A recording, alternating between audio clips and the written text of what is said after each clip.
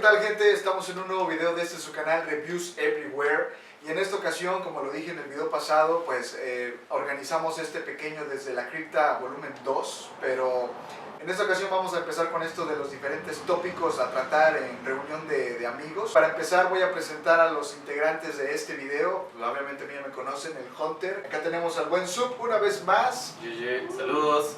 Ya lo saben, ya dije todo el currículum de este vato la vez pasada. Si no, pues chécate el video y te lo hago en la descripción. Y tenemos un nuevo invitadazo, él es Juan, a.k.a. Dimer, gran representante de la escena de rap local. Y ha llegado a nivel nacional, estatal, todo el pedo, juez de batallas y la chinga. God level. Bien parado. Hoy. En la escena. Y el tópico de esta ocasión es asesinos seriales. Vamos a hablar de un asesino en serie cada uno y al final vamos a dar nuestra opinión sobre este tema que la verdad resulta bastante interesante. Y pues bueno, vamos a darle candela a este pedo. El primero en empezar va a ser Dimer. Él nos va a hablar sobre un asesino en serie y pues va a ir consecutivamente este rollo.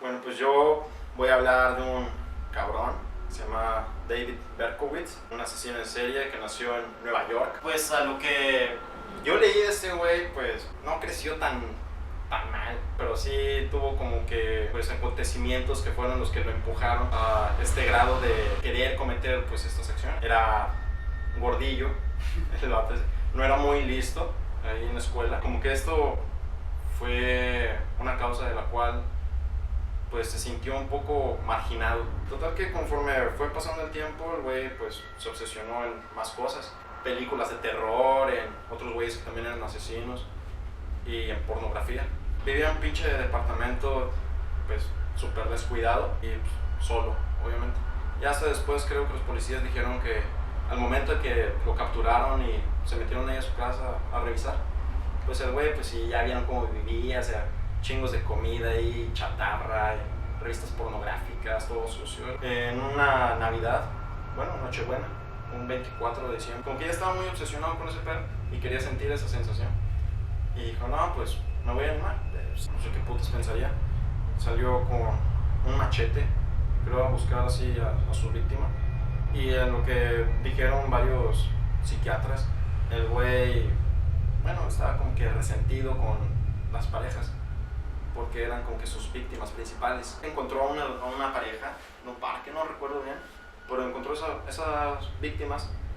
El güey se las acercó pues para matarlas, pero al ver de que este güey pues se acercó, pues obviamente escaparon, ¿no? O sea, tuvieron oportunidad y huyeron. Y tal que el güey se fue corriendo y mientras iba escapando se encontró una chava, como de 15 años aproximadamente. El güey la vio y pues no desaprovechó esa oportunidad que tenía él. Pues la mató con un machete. Después el güey pues regresó a su departamento y el güey como que excitado por lo que hizo así de la emoción, pues empezó a comer chingos. Pero el güey vio que pues matarlos con un machete pues no era la mejor idea, porque pues te salpicabas, se ensució, era algo muy sucio. Porque el güey empezó a buscar otra manera para matar a las personas. Empieza a buscar, no sé, en un catálogo de armas y encontró un revólver, Bulldog, calibre 44, y vio pues que era una buena arma y era letal, tal que pues se hizo desarme. Conforme fue pasando el tiempo, pues el güey pues ya fue como que planificando un poco más sus atentados. Pasaron meses y el güey pues siguió con eso. Sus víctimas principales iban a ser pues mujeres. Su primera víctima pues fue la Nochebuena de 1975 y ya de ahí pues en adelante empezó ahí con su ambición de querer matar. Pasó el tiempo y pues el güey ya como que tenía más planeada su manera para matar. Los policías han dicho que ese güey tomaba la costumbre de estacionarse cerca de las avenidas, autopistas, porque pues ya así le iba a parecer más fácil pues escapar. Total que sí, el güey siguió pues buscando víctimas, siempre eran mujeres Una vez el güey ese siguió una pareja que iba saliendo de un bar, pues iba un vato con cabello largo y iba otra chava con el cabello corto. Iban en un coche y se pararon en un callejón y este güey pues lo siguió y le disparó al güey de cabello largo pensando que era la morra para que le disparó a ese güey, pero no lo mató. El güey sobrevivió, o sea, al pinche disparo, y el güey pues escapó. Ya conforme iba teniendo más víctimas, lo fueron conociendo como el asesino del calibre 44. Después de todos los atentados que había tenido el güey ya se hizo más famoso y ya lo conocían, pues el asesino del calibre 44. Ya después lo empezaron a conocer como el hijo de Sam. Sí, creo que porque había un pedo. No recuerdo bien si en una nota había salido que relacionaban el tamaño del calibre con el tamaño de su pene en aquel entonces. Ajá. Y por eso el güey decidió cambiarse el nickname, el apodo, por el hijo de Sam. Ya después de que me di cuenta por qué le decían el hijo de Sam, no sé, se me hizo raro, no sé, a lo mejor hasta pendejo. Sobrevivió esa persona y ya vieron, creo que cuando estaban haciendo las investigaciones, pues vieron el calibre de la bala que había ahí, que había atentado al chavo. Y pues bastante raza ahí en el barrio pues ya estaban asustados, porque el güey ya era conocido en Queens y en Bronx, y ya después empezó a ir a Brooklyn. Ya tenía como que más aterrorizadas más zonas. El güey se le subió mucho el ego, se quiso retar a la policía. Hizo una carta dejándoselas ahí en un atentado y les dijeron, no, nunca van a detenerme. Yo les mando esta carta desde tal parte, creo que las cloacas de Nueva York. No, pues y ahí puso el hijo de Sam. Entonces, pues el hijo de Sam. Ya como que también empezaron a sacar su AKA, que el güey siguió atentando. La policía estaba pues ya bien desesperada, para detener a ese güey. Le ponían trampas y cosas así pues para detener. Es que hay varias historias de la captura de él, pero esta pues, creo que es la que más me llamó la atención. Un vato, al momento que hizo su atentado, un güey que estaba en un coche pues vio que escapó y vio su complexión. Mucha raza había dado ya como que su descripción de que era pues alto, delgado, cabello lacio. Otros decían que era bajo, algo robusto. Y ese güey, pues cuando se fue, dice que era pues sí, alto y delgado. Y por la forma en que corrió, en la que escapó, pues sí se veía como que estaba pues algo atlético.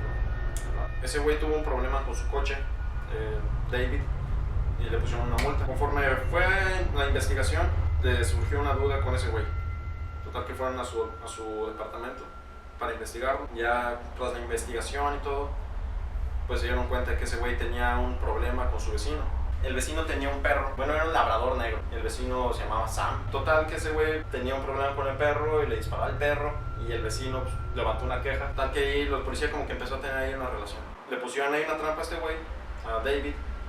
Y en el momento que iba a ir a subir su coche, la policía lo atrapó. Pues empezaron ahí a investigar qué tenía y le encontraron el revólver. Total que lo detuvieron y pues ya empezó como que la investigación. Sí, ¿qué onda? ¿Por qué lo hiciste? Tal. Y cuando el güey estaba dando su declaración, dijo que el perro del vecino era el que le había dicho que asesinara a las personas. O sea, que el perro le hablaba, decía, tú tienes que hacer estas cosas, tienes que matar y todo. Toda la raza que, pues este güey, qué pedo, o sea, pues está trastornado. Pero el güey decía que ese perro estaba poseído, que era el que le daba órdenes, que tenía que ir a matar, tenía que cometer tal cosa y tenía que hacer esto. Y que de ahí, según esto, surgió el apodo de el hijo de Sam, tenía que ver con el perro.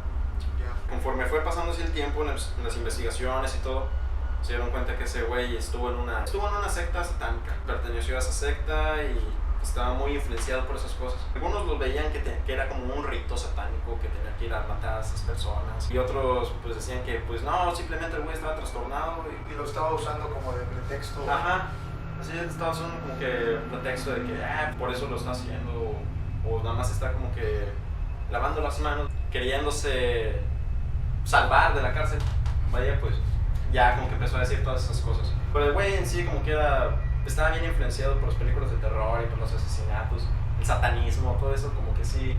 Aparte de eso que dices que pasó por la infancia, que igual no fue tan turbio como en otros casos de otros asesinos en serie. Sí, que es más pero pues bueno, la mentalidad de cada persona es diferente y cada quien absorbe lo que le da el contexto de manera distinta. A lo mejor a este vato sí le dio con todo que lo marginaran. Sí tocó fibras sensibles y se quedaron con él ya para siempre. Y lo único que fue pasando es que se fue acrecentando su rencor hacia la sociedad con el paso del tiempo. Agarró mucho rencor a eso, a las personas que pues, tenían su relación. Porque que siempre eran sus víctimas, que un chavo o una chava, y iban a matar a la mujer. Nada más en cambio, en el caso que fue del güey ese de cabello largo, al tiro que lo pinches confundieron. metaleros. Porque el pelo gay. Fuera de eso, pues el güey sobrevivió. Y también dio su declaración de cómo era más o menos el güey. No mames, o sea, ¿cómo vas a dar una declaración pues exacta de un vato que te disparó? O sea, me imagino que es como que un flachazo nada más. Pero al final ese güey sí lo atraparon, 6 cadenas perpetuas. Lo atraparon en agosto de 1977. Y sus víctimas fueron en total 6. También atentó con otras personas, pero ella sí sobrevivieron. Sí sobrevivieron. Pero en sí mató a 6 personas. 6 personas fue el saldo final de este güey. Ajá, del asesino calibre 44. Pero el último no lo planeó todo tan bien. No, Lo jodió el ego, man. Sí, es que por lo regular en este tipo de criminales es lo que siempre termina pasando. Sí. Llegan a un punto en donde llevan tanto tiempo saliéndose con la suya que al final se convencen de que jamás van a ser atrapados y siempre cometen el mínimo error y tienes güeyes tras tu pista, güeyes experimentados, sí, detectives, obviamente pues en algún punto vas a caer. Pero, yo digo, a menos que pues, te retires como Jack el Destripador o como el asesino del Zodiaco, que nunca dieron con ese güey. Pero me imagino que como quiera sí, esos güeyes bueno, yo he pensado que para ser asesino en serie, bueno, debe ser listo. O sea, para cometer los crímenes y llevarlos a cabo y seguir cometiéndolos y escaparte, que no te no te atrapen. No sé, yo pienso que a lo mejor deben tener algún intelecto. Pues por lo regular, en los casos, la mayoría siempre son güeyes bastante destacados, siempre tienen un IQ alto. Y pues de hecho ahí viene la ramificación de que se divide en dos, güey. Los asesinos organizados y los desorganizados, ¿verdad? Los organizados que te planifican todas y cada una de sus muertes, toman registro, ya siguen un patrón más claro. Y los desorganizados que por lo regular, en la mayoría de los casos son güeyes que padecen de esquizofrenia. Esos güeyes pueden matar a la víctima con las mismas cosas. Ajá, sí. Exacto. Y pues bueno, gente, este fue el asesino del calibre 44, David Berkowitz. Dejó un saldo de 6 víctimas. Cabrón, pues yo creo que más resentido que otra cosa. Sí. No da mucha pista a una vida súper trágica. Pero pues como ya mencionamos, cada persona absorbe del contexto de la manera en que su mente trabaje, ¿verdad? A continuación vamos a pasar con el buen Sub, que nos trae un asesino bastante interesante también. Un asesino de México, de estas tierras. Puta, ¿aquí cuándo? Pero bueno, vamos a escuchar a ver qué tiene que decir, bandita.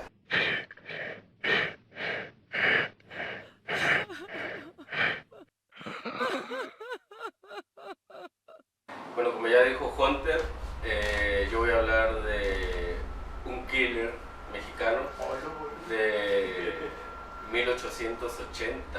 Es el primer mexicano registrado como asesino serial. Su nombre es Francisco Guerrero Pérez. Él nació en una familia muy amplia, como era en aquellos tiempos. Nos acostumbraba en aquel entonces. Ajá, fue el 11º hijo, el 11º. Creció en un ambiente de pobreza.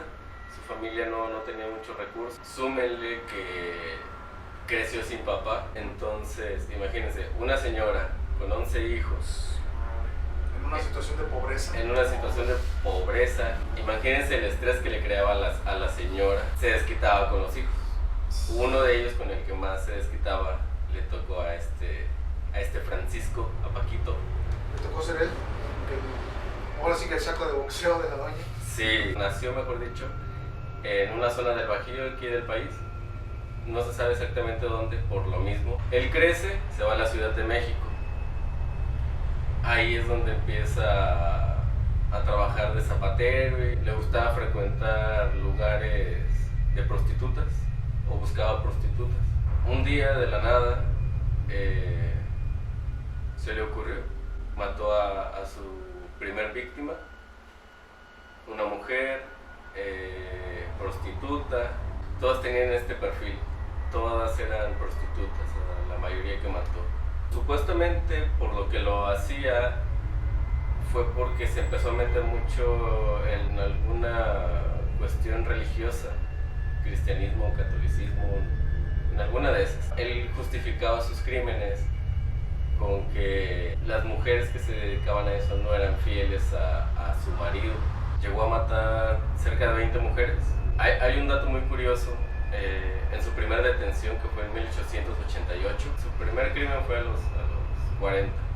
Cuando lo detienen en 1888, fue por eso. Se dieron cuenta de algunas víctimas. De alguna manera consiguió que le bajaran la condena. El dato curioso que les mencionaba fue que el mismo Porfirio Díaz abogó de cierta manera para que le redujeran la condena. ¿Cómo fue? ¿Quién sabe? Pero ahí está ese dato curioso. O sea, nuestro dictador metió mano por él, siendo que él era alguien, digamos, se escucha feo, pero era un don nadie. ¿Cómo es que Porfirio Díaz metió mano por él para que le redujera la condena? ¿Quién sabe? Pero ahí está ese dato curioso. Ni siquiera cumplió con la condena.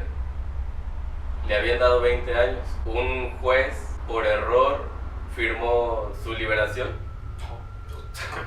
México. Pinche gobierno ya había mandado a chingadas desde hace un chingo, por si creían que era algo nuevo. Sale Francisco, sigue cometiendo esos crímenes. ¿Y qué pasa? Después de 20 años, en 1908, lo vuelven a agarrar, pero ahora sí hubo más testigos. En la ocasión anterior solo había sido una víctima que se había alcanzado a librar. Él a todas sus víctimas iba y las aventaba a un río cercano de ahí, por donde vivía, del pueblo este. Algunas las degollaba, otras solo morían estranguladas. Siempre era con violencia sexual. Iba y las aventaba ahí. En esta segunda detención, en 1908, hubo varios testigos. Mujeres que estaban por ahí, que alcanzaron a verlo con manchas de sangre. El testigo más fuerte fue un chavito que andaba pastoreando. Bueno, y este chavito que andaba ahí pastoreando es el testigo fuerte, porque él es el que vio cómo la violó, vio cómo la mató, había luz, vio su imagen completa, y la víctima en este caso había sido una anciana, una señora de la tercera edad. La declaración de Francisco es que ella también era prostituta, pero bueno, a lo mejor estaba más para allá que para acá, porque también ya tenía 60 años, 70 años. Lo logran encerrar bien y falleció al poco tiempo. O sea, ni siquiera estuvo tanto tiempo pagando. Creo que fueron como 2 años nada más y falleció.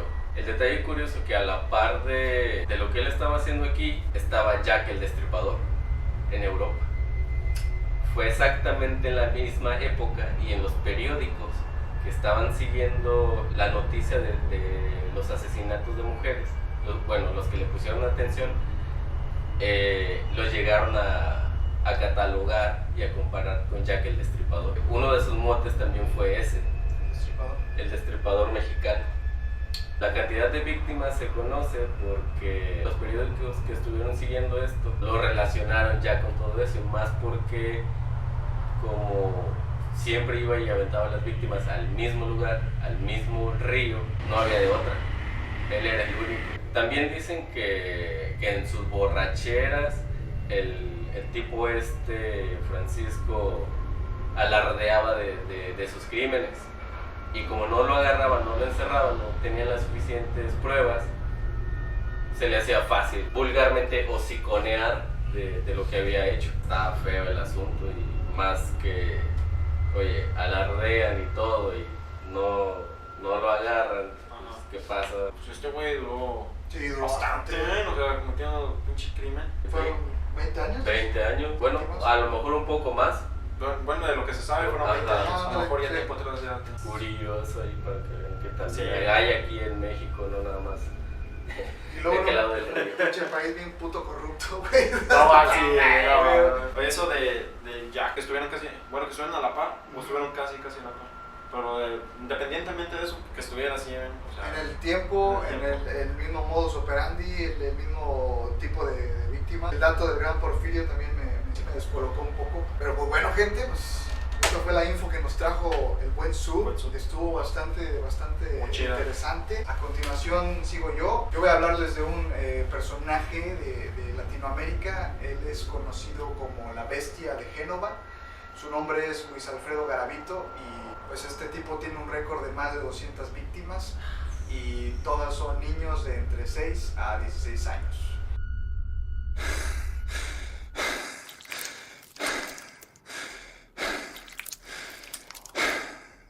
Este tipo nació en Génova, Quintío, en Colombia, en 1957, y la infancia de él siempre estuvo marcada por la desgracia. Vivía en un seno familiar lleno de violencia. De hecho, él y sus hermanos, al igual que su madre, le tenían pavor a su padre, el cual era un alcohólico y era sumamente violento. Llegaba de madrugada y los azotaba con el cinturón. Manifiesta en sus declaraciones que al llegar en la madrugada él y sus hermanos corrían a esconderse debajo de sus camas debido a que ya sabían lo que les esperaba. Pasa el tiempo, Garavito y su familia tienen que mudarse porque en aquella época Colombia fue azotada por la violencia entre la guerrilla, el Estado, además de los cárteles de la droga. A la edad de 12 años es abusado sexualmente por un buen amigo de su padre, el cual comete estos actos con Garavito durante 2 años.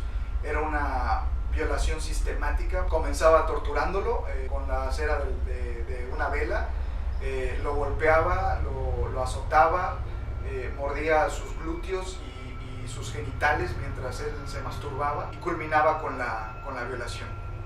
Así pasaron 2 años. En sus declaraciones él dijo que nunca se lo confesó a su padre porque pues siempre creyó que iba a desestimar lo que le dijera y para nada iba a creer. Pasan estos 2 años, vuelven a mudarse después de esos 2 años a Trujillo. Ahí pues Garavito, supongo que es esta facilidad que tienen los depredadores sexuales para identificar una víctima, vuelve a ser víctima de violación por un sacerdote ya reconocido como pederasta de la localidad y vuelve a abusar de él, vuelve a sufrir estas desgracias. Pues bueno, aquí sí podemos ver una marca totalmente clara de cómo la vida de este tipo se vio completamente abrumada desde que nació prácticamente. Él confiesa que años más tarde contrató los servicios de un sicario para matar a este sacerdote. Todas estas situaciones degradantes y brutales generan una desviación sexual en Garavito, quien ya empieza a tener interés sexual por los jóvenes más chicos que él, porque a la edad de 15 años intenta abusar de un menor en una estación de trenes. Es detenido, su padre se entera y pues lo corre de la casa. A partir de ese punto Garavito ya no regresa a su casa, ya hace su vida completamente solo. Trató de llevar una vida normal, de hecho llegó a tener novias, pero pues en sus declaraciones comenta que nunca pudo ser capaz incluso de mantener una erección, porque pues a pesar de que sí le gustaban las chicas, no era lo que en verdad a él lo excitaba. A él lo excitaban ya los niños. Lo que le había sucedido a él. Sí, estaba repitiendo absorbió todo eso, lo estaba repitiendo y estaba a punto de aplicar. A pesar de que hizo todo este mecanismo para llevar una vida normal, para los 18 años él ya era un alcohólico totalmente consumado. Había perdido varios trabajos porque aparte de eso sufría de ataques de ira. Llegó incluso a golpear a sus compañeros de trabajo y a sus jefes. A la edad de 18 años, güey, pues ya es prácticamente un pinche problema de la sociedad en pasada de verga. Sí, a lo mejor también ya tenía un trastorno bipolar. Sí, de hecho, todos estos sucesos que le fueron ocurriendo en su niñez, en su adolescencia, fueron desarrollando todos estos trastornos que se conocieron hasta cuando ya lo detuvieron. Que Garavito se consideraba un fiel creyente a la iglesia, iba a darse golpes de pecho, iba incluso a Alcohólicos Anónimos, pero al salir de ambas reuniones, el tipo iba a embriagarse a los bares más cercanos y después a contratar los servicios sexuales de los niños que pues se vendían en el parque o que no se vendían y él los convencía. Hasta que a la edad de 23 años decide por voluntad propia ir a un psiquiátrico para que pues, le brindaran atención. Ahí le diagnostican un cuadro de depresión retroactiva bastante severo. A finales de los 80, Garavito decide ya por fin consumar sus actos, no contratando servicios, sino llevando jovencitos a base de engaños a zonas despobladas en donde los viola, pero empieza a darse cuenta de que el hecho de violarlos no le satisface completamente, así que comienza un método de tortura sistemático, el cual consistía en amarrarlos, quemarlos con la cera de las velas, llevaba estas navajas para afeitar y cortaba partes de su cuerpo, los golpeaba, los mordía por todas partes. Hacía el mismo método que practicaban con él, mordía glúteos, mordía genitales y pues bueno, al final los dejaba irse sin matarlos hasta ese punto. Pero pues la verdad es que previo a comenzar con su ola de asesinatos ya sumaba una cantidad de 200 violaciones a 200 niños. Estas violaciones tuvieron un periodo de duración de 1980 a 1992. 12 años se la pasó abusando sexualmente de niños en las zonas aledañas. Era un nómada, así que pues era muy difícil que pudieran dar con él. En 1992, en la comunidad de Jamundí, Garavito bebía una cerveza y de pronto vio a un niño que jugaba en el parque. Decide hacer lo mismo de siempre, va a la tienda, compra una cuerda, compra un cuchillo, compra una botella de brandy, compra unos cigarrillos y se lleva al niño a una zona despoblada. Comienza a torturarlo, pasa a violarlo, pero en esta ocasión en su declaración dice que toda esa ira que se había condensado durante todo ese periodo de su vida llegó de golpe, todos los maltratos, todos los abusos, y lo que hizo fue darle una puñalada certera al chico en el corazón, matándolo al instante obviamente, y pues bueno, dejar el cuerpo ahí. A partir de ahí es que Garavito iría descendiendo una espiral de locura, violencia, violaciones, sadismo, del cual ya no podría regresar. Así que comenzó a acechar las paradas de los autobuses, los mercados, las plazas, en busca de niños de escasos recursos, niños que tenían que trabajar para ayudar en sus casas, y a base de engaños los convencía ofreciéndoles trabajos temporales y acompáñame a tal lado, te voy a dar un adelanto del pago. Entonces llegaba a las zonas despobladas y comenzaba con el proceso que pues ya les mencioné. Sin embargo, a Garavito ya no lo satisfacía simplemente torturar, violar y matar de una estocada, así que comenzó a infligir todavía más dolor en las víctimas. Los torturaba de maneras ahora más salvajes, los golpeaba totalmente, los dejaba completamente destruidos del rostro y varias partes del cuerpo, les amputaba dedos. Hubo víctimas, muy pocas que se salvaron, de hecho hubo 8, a las cuales solo les cortaba el pulgar y los dejaba irse. Sin embargo, pues dejó de hacer esto porque para él pues, era bastante riesgoso, ¿no? Era muy fácil de que lo capturaran siendo así. Continuó con esta ola de violencia, de violaciones, y ahora lo que hacía en lugar de una estocada, pues mientras los estaba violando, levantaba la barbilla de los jovencitos, de los niños, y los degollaba en pleno acto, haciendo que se desangraran mientras él continuaba violándolos. La maldad de este sujeto se acrecentó.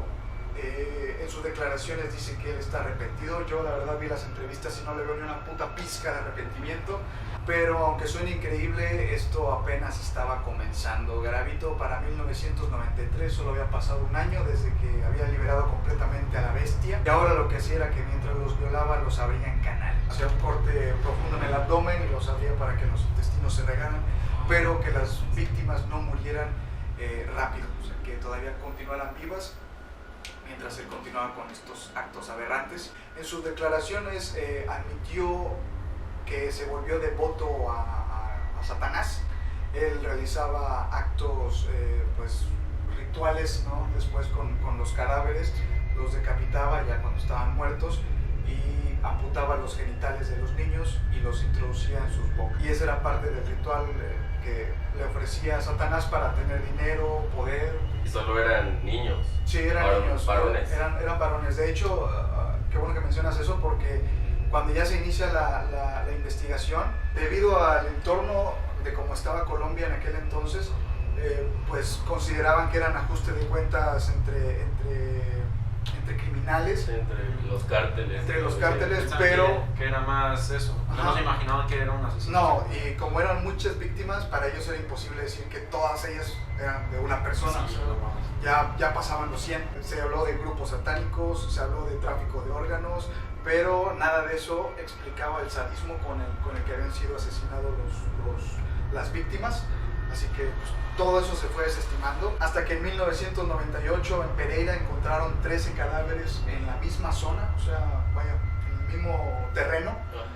en donde ya era un lugar predilecto de este güey de ir a hacer sus crímenes, cometer sus crímenes ahí, dejarlos e irse. Ahí se dieron cuenta de que obviamente las pistas de ahí coincidían con los demás niños en las diferentes regiones, así que ya la sociedad se sacudió porque era un completo monstruo que andaba ahí rondando y que ya se había llevado muchos niños.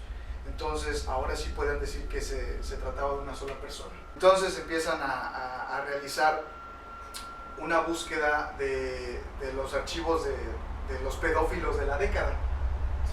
Pero con respecto a la parte de que todos eran varones, empiezan a utilizar filtros, ¿verdad? Esto pasa después de que en 1999 Garavito asesine a otra víctima, pero se quede dormido al lado del cadáver.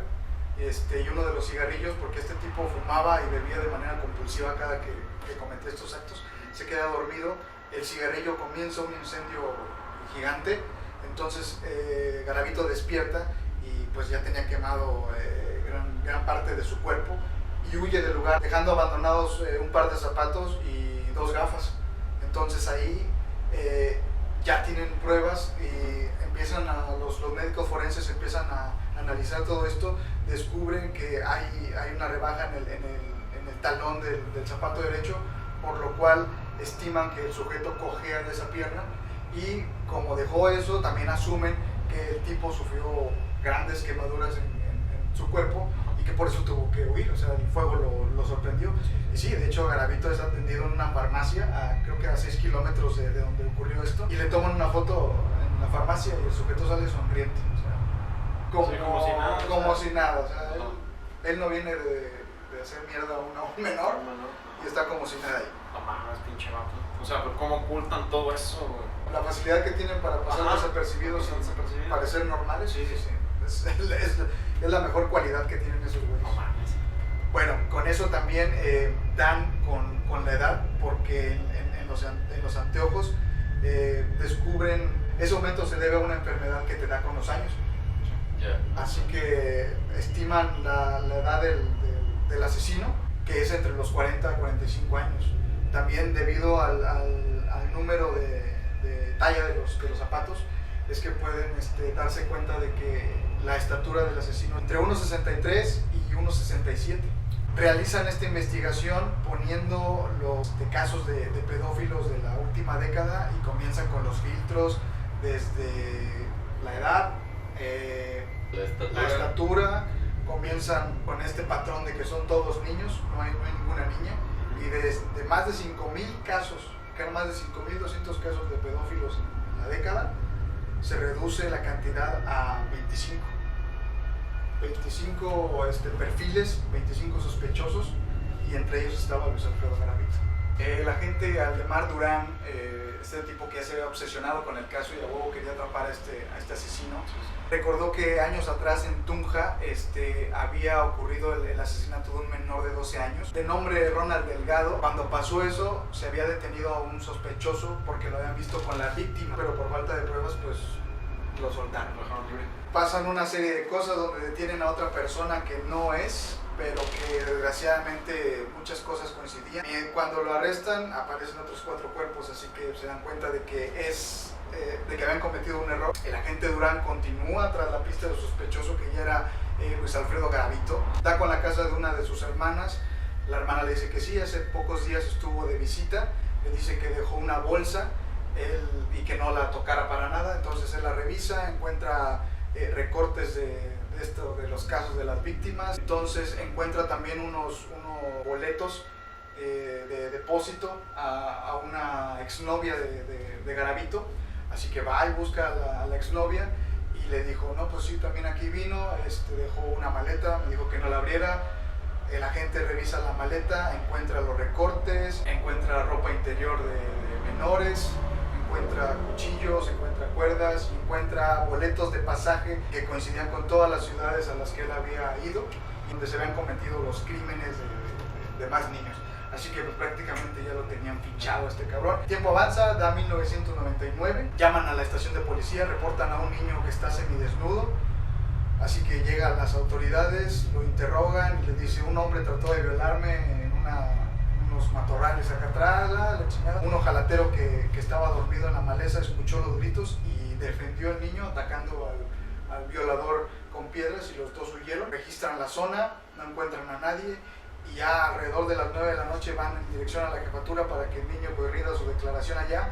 Y en ese momento del monte sale una persona caminando, cojeando, y el niño enseguida lo identifica. Ese es el hombre que intentó violarlo.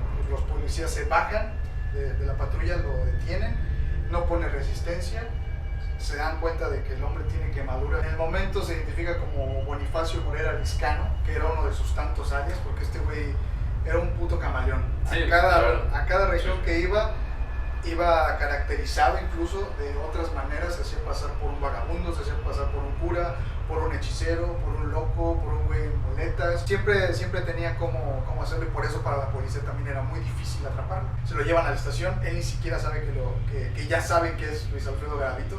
Empiezan a tomar todas las pruebas de estatura, la pierna que cojea, las quemaduras. Y pues lo único que queda es comparar la fotografía con la que ya se tiene de registro de Garavito. Le dicen, ¿sabes qué? Ya sabemos que tú eres Luis Alfredo Garavito, que era sospechoso de 118 asesinatos a menores de edad. No. Y el tipo se sorprende, de primero lo niega, pero luego pide una oportunidad para rezar. Se va a una esquina de la sala de interrogación, reza, regresa, se sienta y se quiebra completamente. Empieza a llorar, empieza a pedir perdón, empieza a decir que lamenta todo el daño que le hizo a las familias y que va a confesar porque no son los únicos cuerpos que están en la lista.